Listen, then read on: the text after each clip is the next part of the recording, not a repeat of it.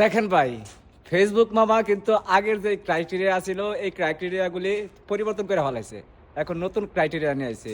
আগে যে ক্রাইটেরিয়া ছিল ওইভাবে ভিডিও আপলোড করতে ভিডিওগুলি ভাইরাল হইতো। এখন কিন্তু সেভাবে ভিডিও আপলোড করলে আর ভাইরাল হইব না। আগের ক্রাইটেরিয়া ছিল 15 সেকেন্ড থেকে 90 সেকেন্ডের ভিতরে যে ভিডিওগুলি পোস্ট করা হইতো ওইটি হয়তো রিলস। আর বর্তমান যেই ক্রাইটেরিয়া দিচ্ছে ফেসবুক মামা, সেই ক্রাইটেরিয়াটা হলো আপনার 45 সেকেন্ড থেকে 60 সেকেন্ডের ভিতরে ভিডিওগুলো পোস্ট করতে হইব। আমার কথা না ভাই, এই যে দেখেন স্ক্রিনের মাঝে ফেসবুক মামা নিজেই নোটিফিকেশন দিছে।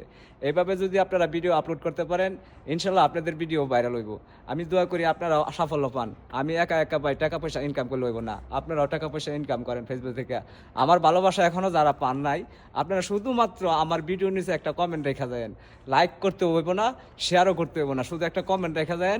আমি কমেন্ট ধরে আমার 4,78,000 পরিবার থেকে আপনাকে ভালোবাসা দিয়ে আসবো ইনশাল্লাহ। কথা দিলাম, যাদেরকে দিতেছি তারা পাইতেছে, আমিও আপনাদেরকে নতুনদেরকেও দিতে চাই। সবাই আমার ভিডিওতে একটা কমেন্ট করে দেবেন, শুধুমাত্র একটা কমেন্ট করে দেবেন।